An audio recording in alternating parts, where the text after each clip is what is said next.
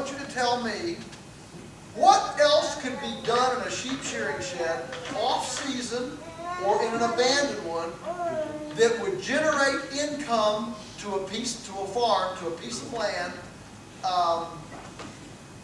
in addition to just being used as a sheep shearing shed for 30 days. You tell me. Yes. An event venue. Okay? Training facility. A training facility. And lest somebody think that we're being non-comprehensive here, I'm going to say that can be everything from farmer training to a canning workshop for local consumers, to whatever. Very, very, like, yes.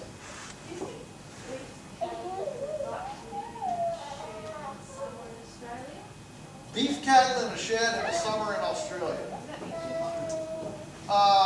Well, probably they need to be out on pasture. Yeah, okay, all right, you're very charitable. But that's probably one we'll leave for the out on pasture. What else? Grow mushrooms. Sure.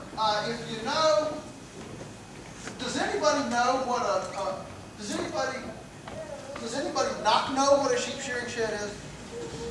Okay, good. All right, so we picked a good thing here. All right, so okay, yeah, you know, you're putting another one on the board. Yeah. I'm sorry.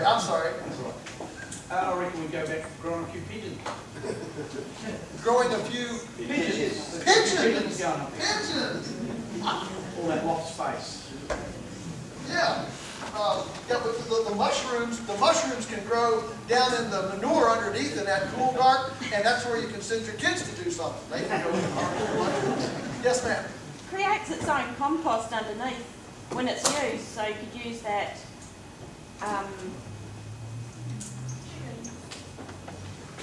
Compost, chickens. All right. Yes, ma'am, in the back. Accommodation. Accommodation. Can we say rustic accommodation? Keep it clean.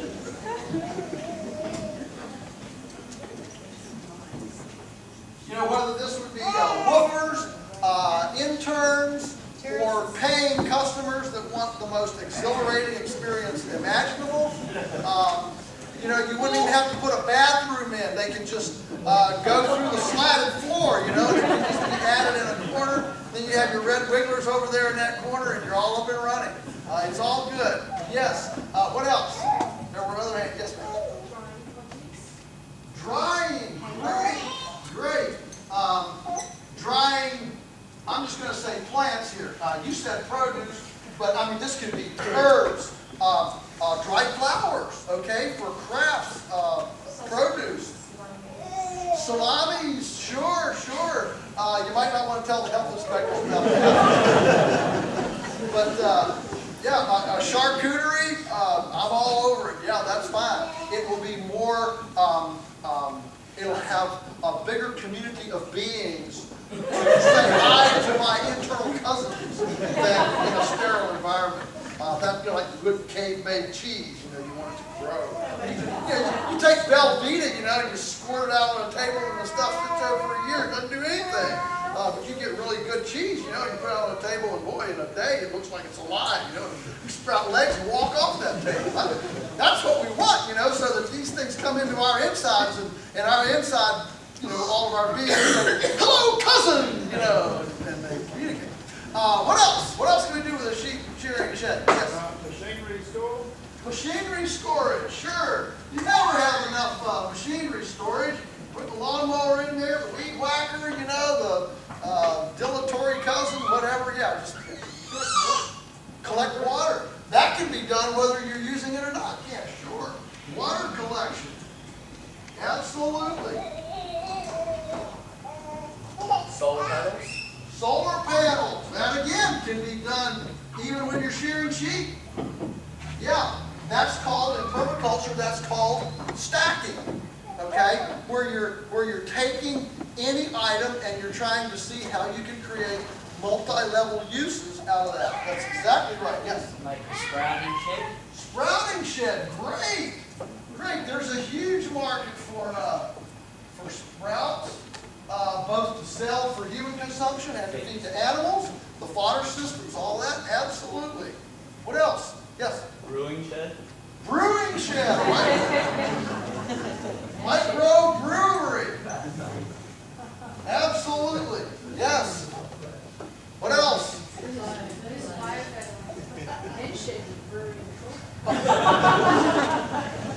Man shed with the brewery in the corner. What else? Tourism? Agritourism. Okay? What else? Plant nursery. Sure, you can put grow lights in there and turn it into a pot farm as well. That'd be fine. Yes. Worm farms? What is it? A worm farm? Worm farm? Okay. Rabbits. Rabbits?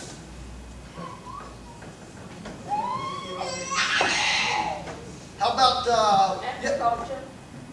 agriculture? Aquaculture. Aquaculture. Can we just put aquaponics for fun?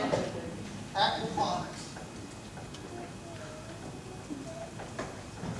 Okay, aquaponics, great, yes. Timber building? Oh, lumber drying, yeah. All right. Lumber drying. How about, while we're on that, how about a woodworking shop? You could put planers. We'll just put woodworking here, just to preserve the idea. What else? We got room for about 2 more things. Anybody think of anything else? What is it? Pottery. Pottery. Sure. My goodness, imagine how easy it'd be to put a potter's wheel in there. I mean, it's portable. You can put it in there. You can do classes. You can set pots all around. Yeah, one of the most farm shop. Okay. And I'm just going to add this one. Is there somebody else dying? Okay, I'm going to add one more here. I'm going to put art gallery because it's one of the most interesting things I've actually seen in something like this. I was up in Canada and visited this fellow that had a 150-year-old barn. It was a real old barn. It was obsolete, still in good shape, but it's obsolete. You know, it's too small to get a tractor in. It's, you know, it's post and beam. You can't get around it very well. And so he just cleaned it all out and got a bunch of 4x8 sheets of yucca board, you know, like plywood, painted them white, stuck them on the walls around, hung little lights on the little, you know, post and beam superstructure inside to beam on here, and did a juried art show every fall. And he has 30,000 people coming through his barn. It's been one of the biggest tourist events in Vancouver, Cowichan Bay, which is a hop, skip, and jump away from Victoria.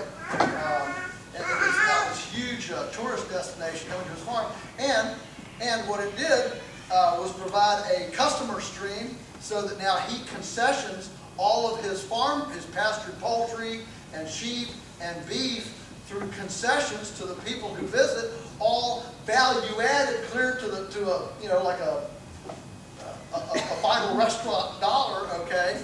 And so, you know, he's selling his farm stuff for, you know, restaurant retail price.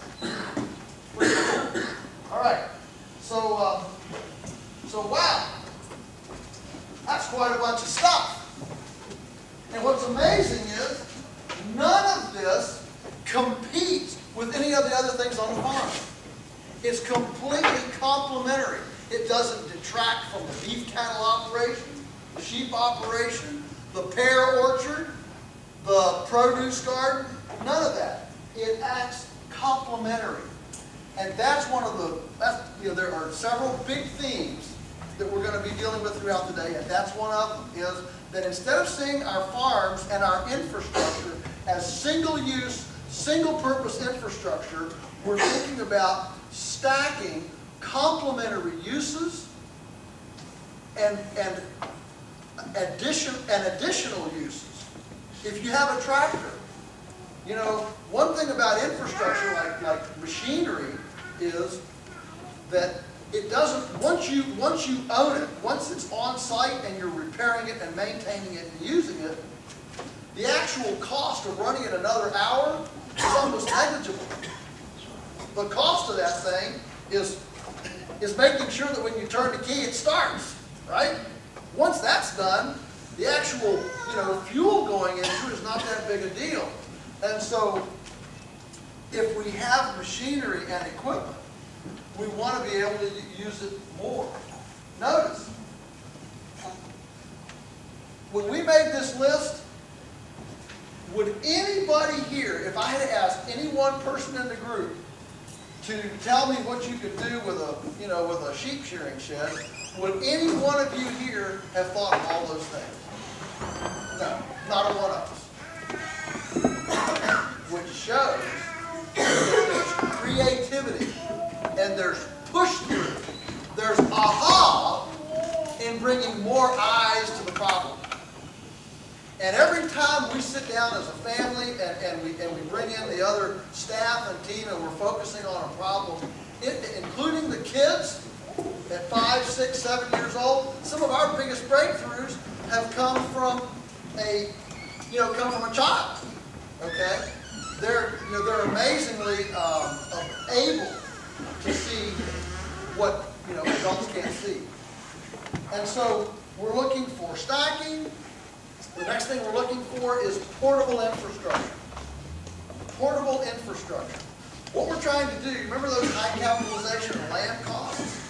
We're trying to figure out what else we can put on a piece of land or the infrastructure that we can develop that isn't stationary.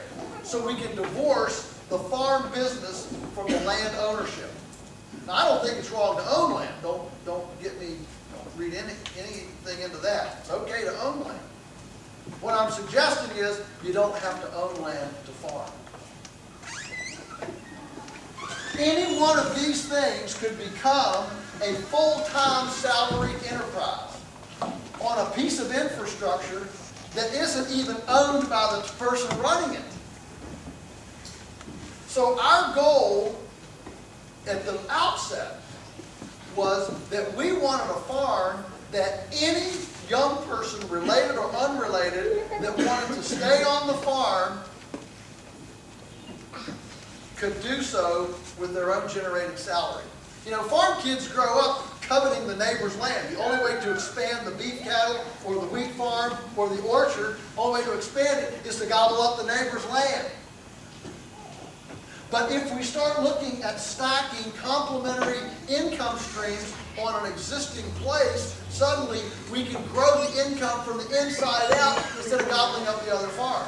And suddenly we're freed from coveting the neighbor's land, and we realize the answer is to fundamentally change the way we manage what we're already doing. And one of the ways to do that is with portable infrastructure. So we have egg mobiles and portable shade structures. Electric fence allows us to have portable animal control things. And you can take all of this infrastructure and put it on a flatbed trailer and move it up the road somewhere. And suddenly you can farm nooks and crannies. You can farm suburban backyards. You can stack. If you're an older farmer and you're desperate for a young person, what we're saying is there's not a beef cattle operation in the country that would be bankrupt if 2 acres were taken off of a special little corner there and some young person put a produce operation there. And guess what? When you need a second pair of hands to help hold the